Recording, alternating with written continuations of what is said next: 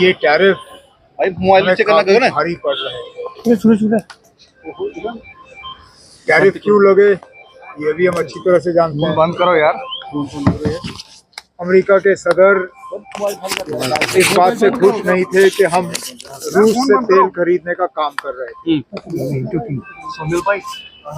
अब government of India की तरफ से फिलहाल कोई फॉर्मल स्टेटमेंट आया नहीं है, लेकिन अमेरिका के सदर ने तो ऐलान कर दिया है कि भारत सरकार ने अब रूस से तेल खरीदना जो है वो बंद कर दिया है और उस वजह से अब टैरिफ्स जो है हम पे लागू नहीं होंगे। चलिए, अगर हमने रूस से तेल खरीदना बंद कर दिया तो अच्छी बात है। सर दूसरा रूस के बरक्स हम कहाँ से तेल खरीदेंगे?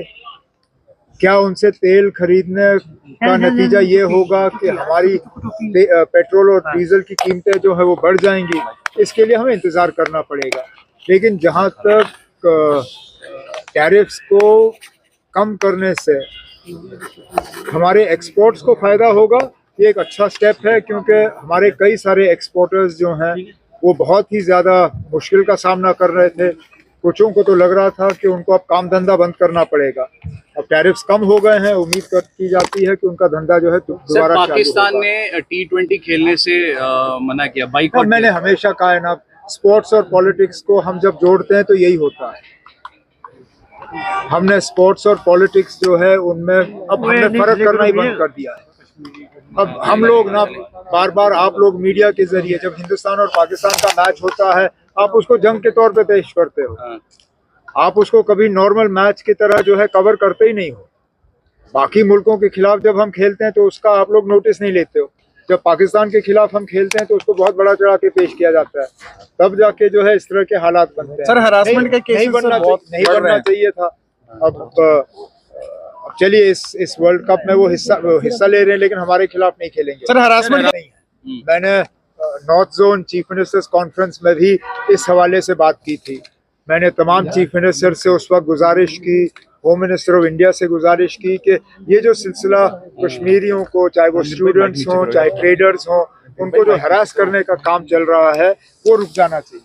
मैं उत्तराखंड के चीफ मिनिस्टर का शुक्रगुजार हूँ कि उन्होंने मौके पे जो है कार्रवाई की और केस जो है वो रजिस्टर हुआ, गिरफ्तारियां भी हुई हैं। लेकिन इसी तरह हिमाचल में जो है ये सिलसिला लगातार चलता आ रहा है और अब हिमाचल जो है हमारे मतलब एक तो पड़ोसी रियासत है और ऑपोजिशन रूल्ड स्टेट है, कांग्रेस रूल्ड स्टेट है। यहाँ हम ये उम्मीद नहीं करते कि हमारे लोगों को इस तरह सताया जाएगा, तंग किया जाएगा, मारा जाएगा। मैं हिमाचल के चीफ मिनिस्टर साहब से गुजारिश करता हूँ कि मेहरबानी करके इस पे वो फौरी तौर कार्रवाई करें और ये जो कश्मीरियों को विक्टिमाइज और तंग करने का सिलसिला चल रहा है इसको रोक दें। जो भी कहना होगा हाउस के अंदर कहूंगा। गवर्नर साहब के सर होम मिनिस्टर आ रहे हैं सर, 3 दिन के लिए होम मिनिस्टर आ रहे हैं। जी जी, आपको फॉर्मली पता चल गया? सर अभी पता नहीं चला। नहीं चला ना, तो मैं इसमें कुछ नहीं कहूँगा। सर कल पार्लियामेंट में जब तक आपको फॉर्मली पता नहीं चलता तब तक पार्लियामेंट में भी हंगामा रहा। पार्लियामेंट में जो होता है वो पार्लियामेंट का है। It's the privilege of the parliament, it's the privilege of the speaker to decide. इसी तरह हम जो अपने असेंबली में करते हैं वो हम तक है। अब पार्लियामेंट में हमारे असेंबली के बारे में चर्चा हो, अच्छी बात नहीं होगी। इसलिए पार्लियामेंट में जो हुआ मुझे उस पर टिप्पणी नहीं करनी।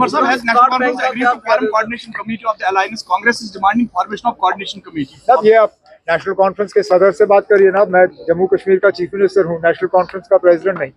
आप नेशनल कॉन्फ्रेंस के प्रेसिडेंट फारूक अब्दुल्ला साहब से मिल लीजिए, उनसे पूछ लीजिए इस पे क्या पेशरफ्त हुआ। ठीक है, थैंक यू।